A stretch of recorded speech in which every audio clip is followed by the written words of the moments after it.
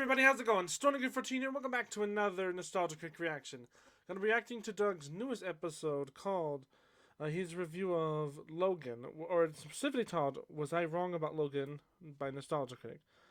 Now, as for Logan itself, I actually have not seen this movie. I know it's about Wolverine, and but I'm curious to see what happened to that. Cause I don't know. I was kind of pushed away from a lot of superhero movies back then. I don't know. I just didn't find them that appealing as initially. I started getting into them a bit more as of nowadays, but yeah. So I think I kind of passed on this initially. So maybe I was wrong to pass up on this. So without further ado, let's see if that's true. 3, 2, 1. This episode brought to you by Stamps.com. Why go to the store to get stamps when you can have them printed right at home for your convenience? Come check us out at Grand Rapids Comic-Con in Michigan, November 15th to the 17th. And check us out at Days of the Dead in Chicago, November 22nd to the 24th. Hope to see you there.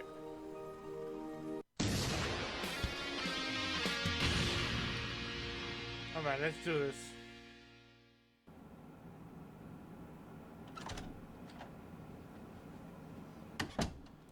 Frame rate's a little slow.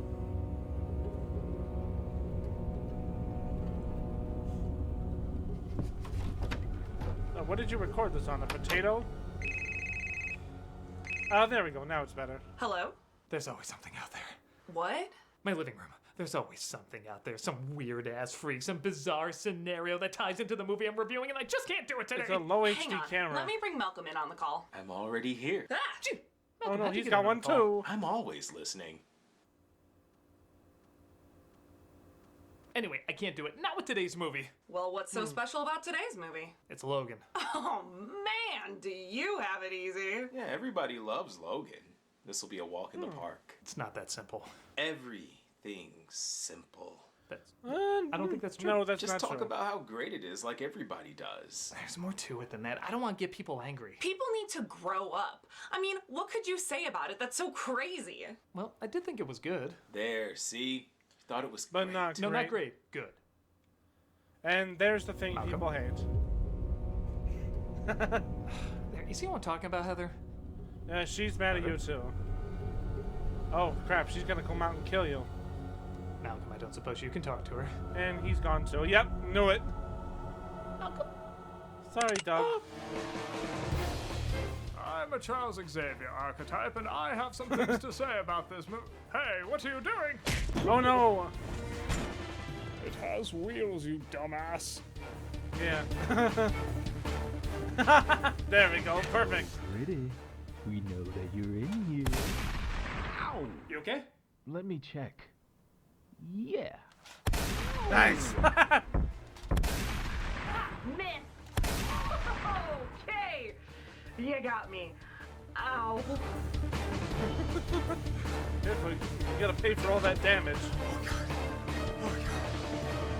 So what's wrong about Logan? I don't know, Doug. I didn't see it myself. In 2017, Hugh Jackman gave his final performance as Wolverine-ish with James Mangold's Yeah. Logan. Honestly, good Deadpool versus Wolverine. That was a good one. It made a boatload at the box office, and I liked it, but I don't think I got into it as much as everyone else. I kind of wondered if people became so obsessed because it did so many things people wanted to see an X-Men movie do, specifically in a Wolverine movie. It was dark, it was gritty, it was the first non-comedy X-Men flick with an R rating. They dropped the F-bomb everywhere, it was bloody as hell. It was an undisputably badass X-Men movie that was well put together and stuck the landing for a character that, by that point, an entire generation would have grown up with. So, why wasn't I blown away by it? Well, there are several things that have changed since the last time I saw this in theaters over 7 years ago. Alright. One is, despite the tone being so badass, it was jarringly different, and I was holding out hope that some sort of consistent continuity would take shape in the X-Men movies, which I now know will never happen. Yeah. Second, I didn't know much about the character X-23, but I do now. Third, I hadn't read the graphic novel it was Isn't her based on Old nickname Man Sabretooth? Logan, and I still haven't, Or like but let's Honey just judge it on Badger? its own. And fourth, maybe this is just a me thing, but I had a hard time following the story because too many people grittily mumble their lines, so I missed a lot of plot details. That's wrong with our water. Waiting flakes are. They're just not gonna let us know. Cholos and a pull-out on people. No, drink it. It's almost 100 years old. Yeah, it's hard to understand. Any different? What are you saying? As I've mentioned before, though, I can certainly misread a film's intent if I don't have all the info. Like Spider-Man No Way Home isn't going to make a whole lot of sense if you haven't seen the other MCU or Spider-Man movies. Like, yeah, you can technically follow it, but it isn't going to be anywhere near as great if you don't have the proper context. Yep. So, I want to go back and give this film another shot and see if I understand more why people not only liked it, but absolutely loved it. Right. So, as long as some of those passionate fans don't try to destroy me. Which way's the back door? This way.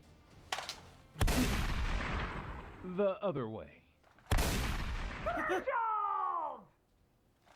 I was just gonna say, Doug, you gotta be careful with that shotgun. You're gonna destroy your shoulder if you keep holding it like that.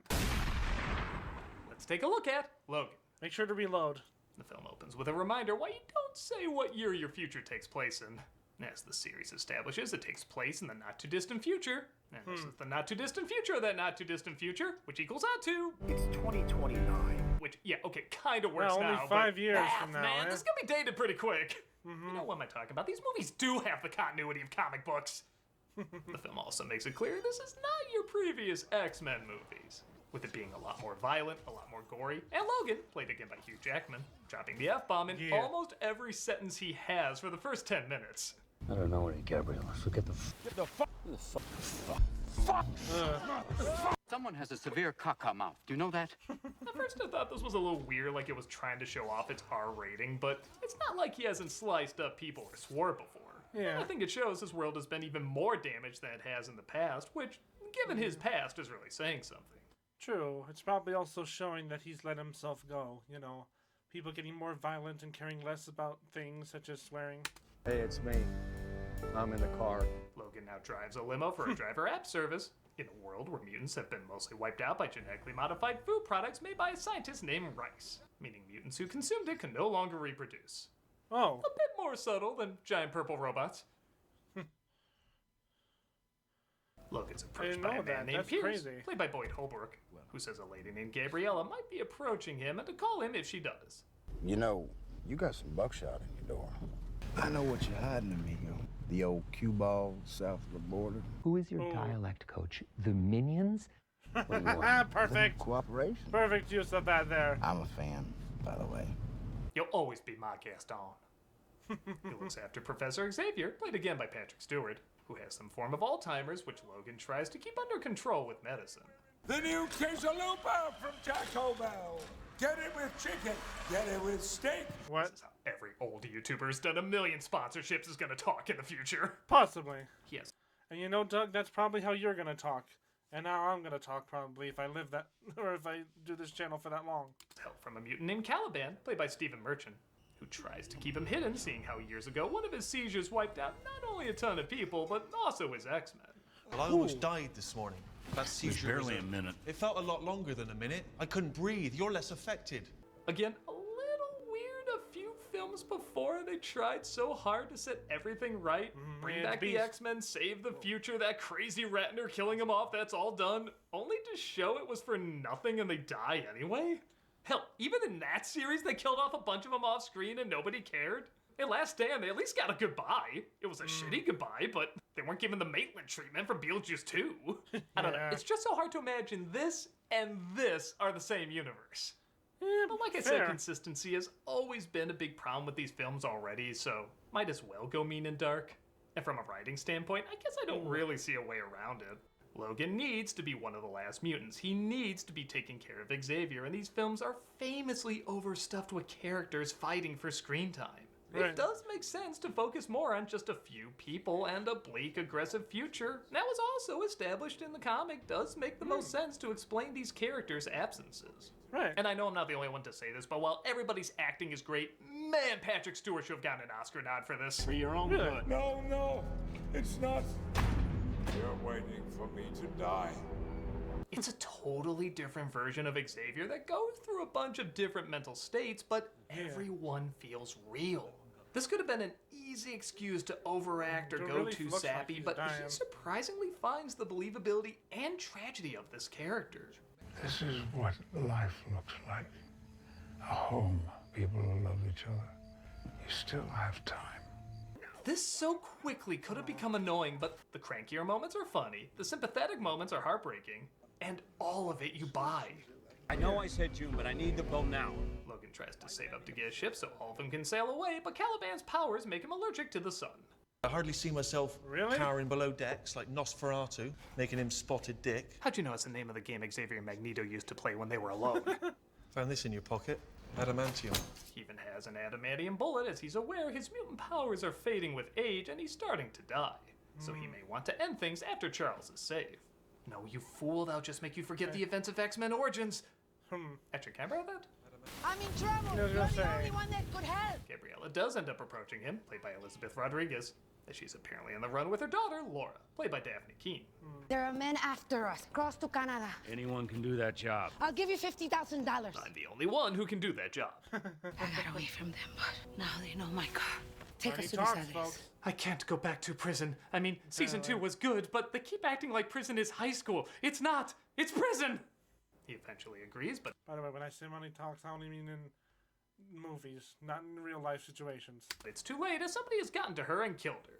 He makes his way back and finds that someone stowed away in his car. Logan! Who does this belong to? You kidnapped Dora the Explorer?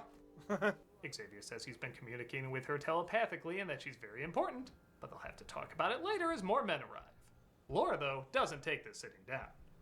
Well, she does for a bit. She has to finish her cereal. I mean, that's kid law.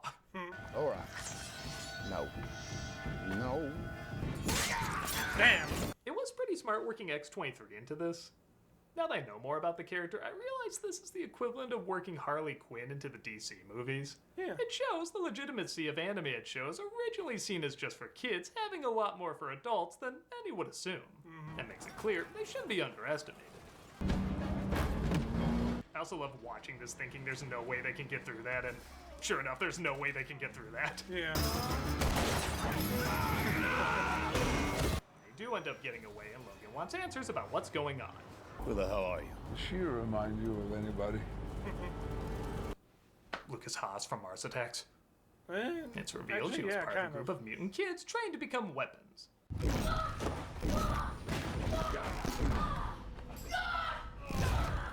Ladies and gentlemen, the actor who clearly had the most fun shooting his scene. Yeah. Laura. Also, who thought this training medic kid would have been a good idea? Clearly none. These guys. Also known as X-23, is a clone of Wolverine, and to this actress's credit, that is very easy to believe. Very mean. Last ride. That was literally his contract for doing this movie. They're gonna make him do this till he's 90. Gabriella said there's a place called Eden up north that's supposed to be safe for mutants, so he tries to take her there. He finds out, however, she probably got the idea from, get this, an X-Men comic. You read these in your spare time? Oh yeah, Charles, we got ourselves an X-Men fan.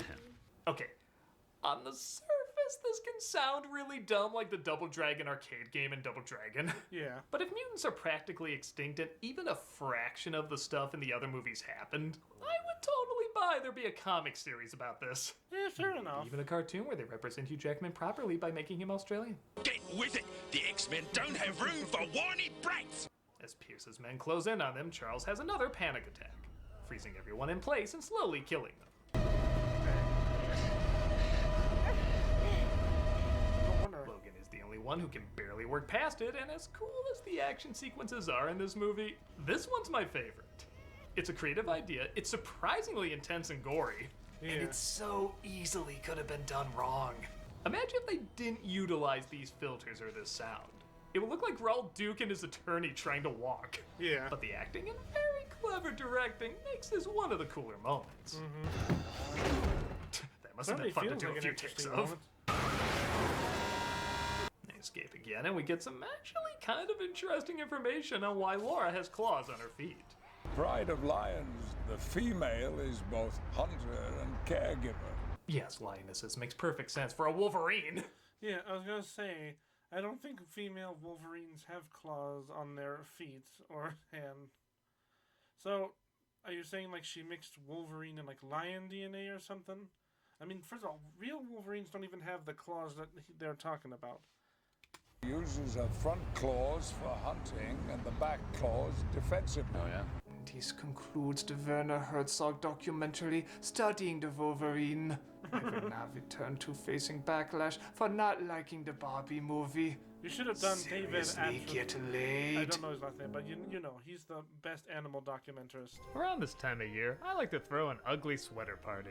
Yeah, I know it's November, but discounts. Get no label nostalgia for a special offer that includes a truck carrying horses crashes, and our heroes help them out, resulting in them offering a place to stay for the night. Where you all headed? South Dakota. South Oregon. Been trying to get Will here to take a vacation for years. And live off what? The Lord will provide. Terminator-style clones to kill us all. You really should have done those vacays, buddy. Oh I'm boy. still waiting for the Lord to provide me with a new thresher. Well, all the same, I'd love to travel someday. They do a good job making this family feel very likable, but also very believable.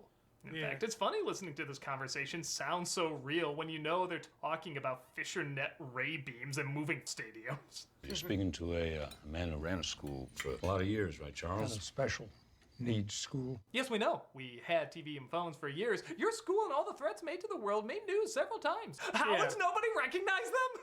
We have a That's a good perfectly point. fine room upstairs. It's very, very nice of you, but we Logan. really should go. We can leave early in the morning, break of dawn. Why do I get the feeling the entire message of this movie is don't wait, just move? Yeah. Logan helps him turn the water pump back on as it's turned off by people who have some sort of B-minus plot nobody cares about. But Dr. Rice is brought onto the team and he brings his life-size clone of Wolverine, this time named X-24. And just as Charles remembers, oops, he Thanos'd his students. This is not the first time I've heard people kept on running away from it. If I knew this was coming, I would run too. X-24 kills Charles and carries Laura like a suitcase. But Logan is there to save her despite the family getting killed off. Meet him halfway. Let them come to us. You can't nurture rage. You simply design it from scratch. Okay, so for a while, I really hated this stupid Wolverine clone. Really? There's so many Wolverine enemies you could have brought in. Hell, bring back or clone one of the actors who played Sabretooth. That would have been sweet. Yeah, sorry. That's But the guy's instead, we favorite get too. this dull, dumb, boringly psychotic animal version of it. And kind of out of nowhere, like, yeah, we see a little footage earlier, but you blink and you miss it. It's not good build-up. Yeah, pretty Like, much. it's a cool effect, but what? You just needed to justify why there's two Wolverines in Marvel vs. Capcom? It feels underwhelming. But then I got to a certain point that kind of changed my mind. I'll get to that in a bit. Oh, what is But that? for now, Logan escapes with Laura thanks to Caliban blowing himself up. Beware the light. Right? I never lose weight on those things. Wah! And he buries one of the few remaining people who saw good in him. It's got water. And, it's got water. On the plus side, the cost of that boat I was saving up for to put on that water will be a lot cheaper. He passes out and Laura gets him to a doctor to help fix him up as his healing powers are getting worse. Right. Oh, also, she talks now.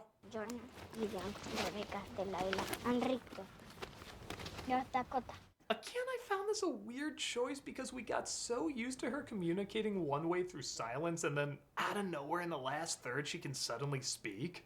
It's not that big a deal, but why not let her It is speak kinda before so we could understand more about her? I didn't see the point of it. But here's where it weirdly connects back to X-24, and I don't know if this was intentional or not. Alright. I think Logan sees in both these clones what he could be. He's called Wolverine for a reason. He started out similar to an animal and had a strong connection with them. Hell, he even has a strong sense of smell. Right. If he didn't encounter Xavier in his school, he may have gone that direction in the long run, given how long he's been around. Right. With Laura now speaking, it could show she's becoming less animalistic and more human the more she makes a connection with him. So funny Right. enough, both these factors I originally didn't like end up complementing each other and give Logan a reason to still help her despite him wanting to leave her behind. He's not only fighting the beast he could have become, he's helping the hopeful do-gooder he still could be. Stop. He agrees to take her to eat him, but he passes out when he arrives. It looks like her other friends from the lab are there, though, and they make themselves a temporary sanctuary. They even have a decent barber department.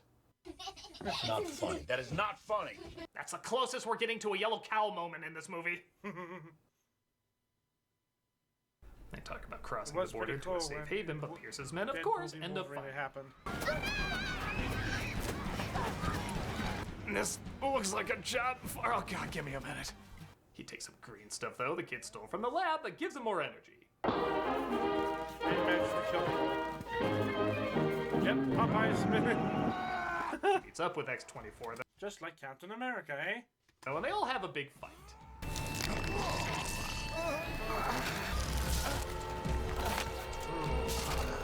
This is where you kind of go, yeah, why couldn't these kids protect themselves again? I mean, yeah, they were being trained to fight. X-24 stabs the hell out of Logan, though. Now I'm gonna stop you from making Australia twice! But Laura uses the adamantium bullet to kill him off. Stop my back! Still my back! You suck at this! Yeah. Logan technically dies in his arms, and not only is the acting from both our leads great, but as I'm sure a lot of people point out from the last Wolverine movie, directed by the same person, he was told he would die holding his own heart in his hand. It's you on your back. You're holding your own heart in your hand. It could be symbolic, though. Like, maybe a clone version of you that represents the heart of who you are. It's not beating. Oh, that part's a little tricky to explain. I don't know, just imagine it's Star Wars, then everyone will say it's not a big deal, or it ruins everything. This is what it feels like. I like, too, he's almost happy it's finally happening. Like, he's seen so many pass away, and now that he's going through it, he's like, huh, it is just like DMT. A man has to be what he is, Joey. Can't break them all. The kids bury him, and Laura recites the lines from the Western she was watching the hotel earlier. Really good memory, by the way. That was like 9 sentences. Yeah. There are no more guns in the valley. She also tilts the cross to form an X. Nah, you didn't need to do that. The X's in his eyes were symbolic enough. Right, and then Deadpool comes in the middle of the winter to dig it up. Nearby in his honor. And that was Logan, and yeah, it is better than I remember it. Yeah, I'll admit I ashamed didn't rarely watch got it. emotionally invested in the X-Men movies, so I kind of got a selfish mindset of judging them by how cool the mutants were and how many of them popped up. Now, even with that mindset, I knew this was a good film, but I think I did need a second viewing to understand why it has so much love. It has a lot of tropes you've seen before, like the grouchy old hero who hates the world and a big person escorting a little person, but not only am I still a sucker for both of these tropes, despite them being overused, but they're also done just as well as the best movies that have used them in the past. Right. Like I said too, I think I had trouble following certain details the first time due to some of the mumbling and audio mixing. And the tone compared to the other films did take a little getting used to, but I definitely see it more now. Because the movies are so uneven, you're not gonna get something that's absolutely perfect, but this one is pretty damn close. Yeah. The acting is great, the atmosphere is strong, the action is cool. It is the first time we saw a serious X-Men movie go hard R, and it's a legit good farewell to a big screen version of a character many of us connected strongly to. Despite me missing the first time what made it so great, I can see more now why it's worth all the attention. Yeah. In fact, I better call my coworkers and let them know my new thoughts on the movie. They're dead. Heather? Yeah? Oh, no, they're Always fine. listening. I get now why Logan is so great. I mean, I'm not gonna pretend it's like one of my favorite films or anything, but I do understand now. Well, that's good to know. So, you can lay off trying to blow up my house. Oh, we weren't blowing you up over that. No? Dude, that'd be silly. They gotta blow them We're up for blowing shooting you up them. because your review of Joker 2 came out at the same time. Well, I didn't like it. What? You didn't despise it. That's fair. Oh, come on. The new Quesalupa from Taco Bell.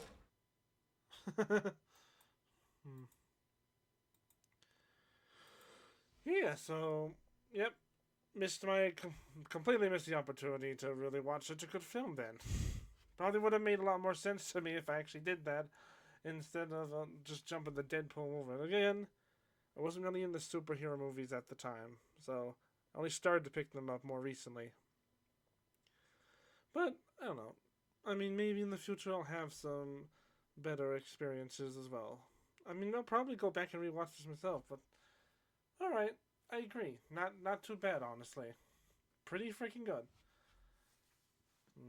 Well, with that being said, I hope you guys enjoyed this nonetheless. Be sure to check out more of Doug's videos. He does a lot of stuff with this. We're actually getting close to the commercials, which I'm super happy, or like the nostalgic commercials I'm excited for.